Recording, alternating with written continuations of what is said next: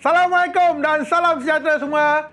So, untuk video kali ini kita akan bercerita kereta ataupun jenama yang pernah juga menjadi kebanggaan Malaysia pada satu ketika dahulu, dan jenama yang abang masukkan itu adalah Lotus. Dan semua sedia maklum, dulu Lotus adalah milik Proton, sampailah orang katakan Geely bought over Proton. Dan pada waktu itu bukan saja pada Proton, diorang pun jual sekali orang katakan pegangan saham share dekat company Lotus, di mana sekarang ni untuk Proton DRB Haritom pegang 51%, Geely pegang 49%. Tetapi sebaliknya untuk Lotus, Geely pegang 51% dan untuk Malaysia di bawah Etika dia pegang 49%.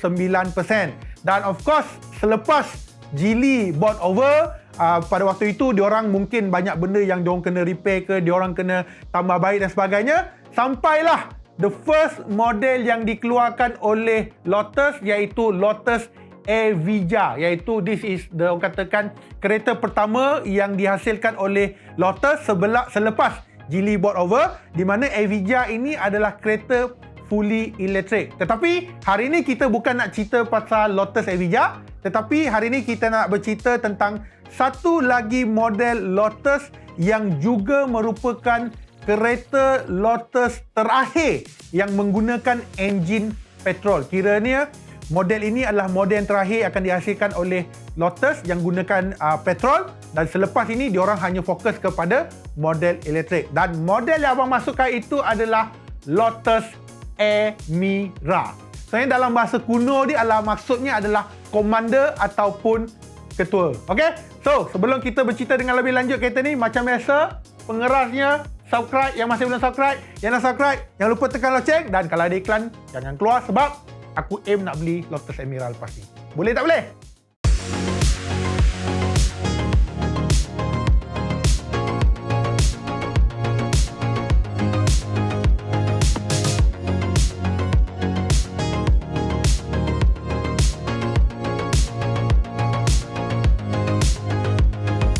So, sedikit fakta tentang Lotus Emira ni, ikut suka aku aku panggil Emira, tak payah Emira. Untuk Lotus Emira ini sebenarnya dia dah lancar dekat UK, dia dah memang dah introduce dekat UK.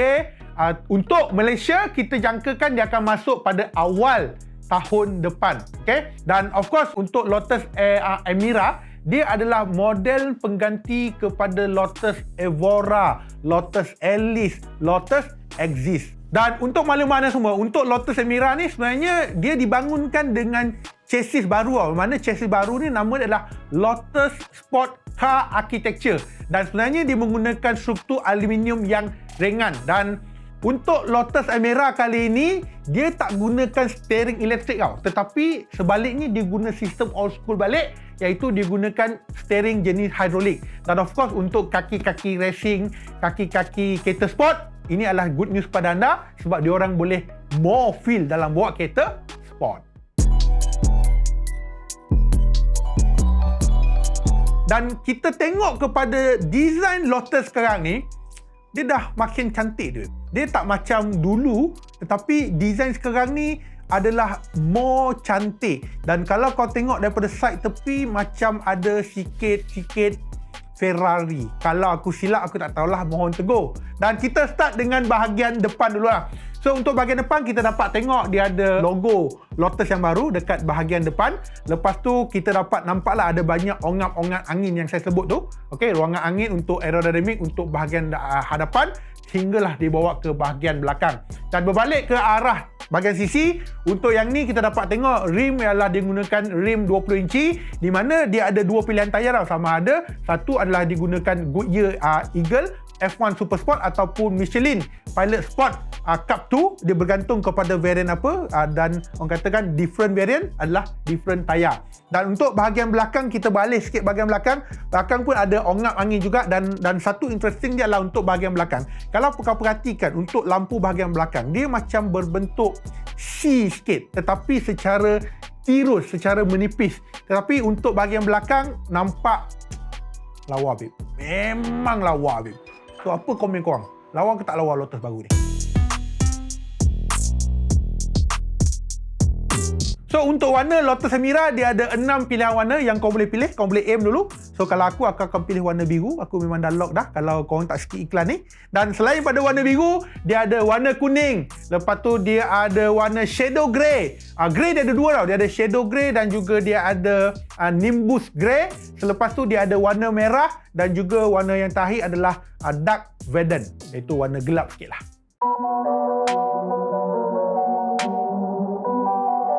Dan untuk spek iaitu enjin, sebenarnya untuk Lotus Emira ni dia ada dua pilihan enjin tau. Dia ada dua pilihan enjin, iaitu enjin yang pertama adalah enjin Toyota 3.6 liter V6, di mana sebenarnya enjin ni telah diguna pakai oleh Evora dan juga Elise sebelum ini. So yang ini dia ada transmission automatic dan juga manual, dan of course ini adalah produksi yang pertama. Kiranya untuk first batch ni Lotus Emira akan gunakan enjin 3.6 liter, dan abang difahamkan unit yang ditawarkan agak limited edition. That's why lah kau akan nampak dia ada satu batch yang tuliskan first edition. Dan selain daripada enjin sedia ada, ini adalah menarik juga. Satu orang katakan berita yang agak mengejutkan kita juga, di mana untuk Lotus Emira ni dia akan ditawarkan juga dengan enjin option yang kedua adalah 2.0 liter turbo AMG, iaitu enjin yang sama yang diguna pakai dekat Mercedes-Benz A45 dengan transmisi DCT. Dan sebenarnya bukanlah satu benda yang pelik apabila awak katakan Lotus menggunakan enjin Mercedes-Benz, sebab semua sedia maklum owner Geely, Li Shufu, dia pun ada share dekat Daimler. So that's why lah diorang ada perkongsian teknologi yang diorang boleh guna pakai antara grup diorang. So kita tak terkejut lah. Tetapi untuk enjin 2.0 liter turbo AMG ni adalah satu kejutan untuk kita, sebab kita ingat dia gunakan enjin yang lama 3.6 liter, tapi dia ada option yang 2.0 liter. Dan kalau ikutkan dari segi power, sebenarnya untuk yang 2.0 liter dia tak ada, so far dia tak ada detail tau berapa horsepower, tetapi jangkaan kami dia akan menawarkan horsepower antara 360 PS sampailah 400 PS. Dan torque dia boleh cecah sampai 430 Nm torque. 0 to 100 cuma 4.5 saat, manakala top speed dia adalah 290 km sejam.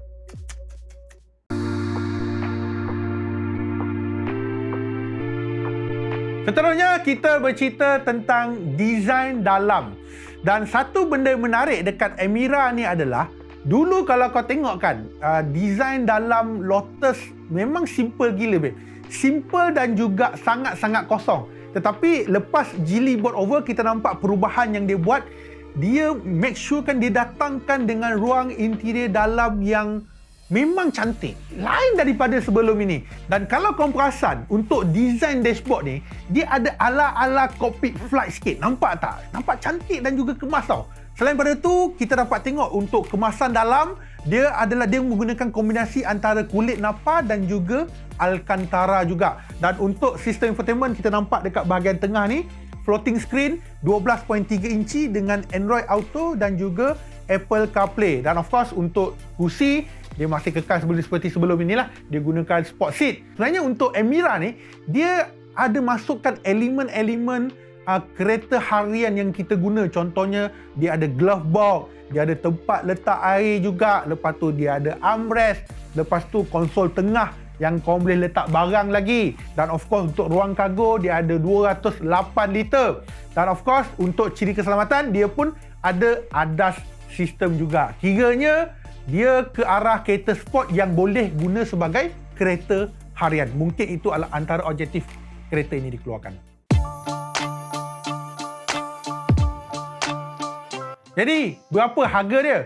So far harga yang dekat UK dia nak announce kan lebih kurang dalam 60,000 pound sterling.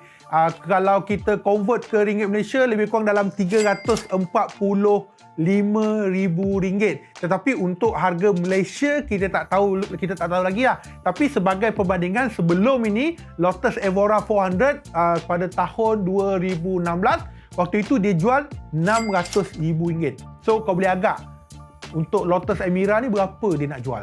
Kalau dulu pun dah RM600,000, dekat UK 340 lebih termasuk dengan Malaysia. Silap-silap mungkin boleh harga yang sama juga, 600,000 or more than that, kita tak tahu. Itu cuma anggaran saja. Dan of course antara key player kompetitor rival dia adalah dia nak lawan dengan Porsche Cayman 718 kompetitor. Dan macam mana nak order?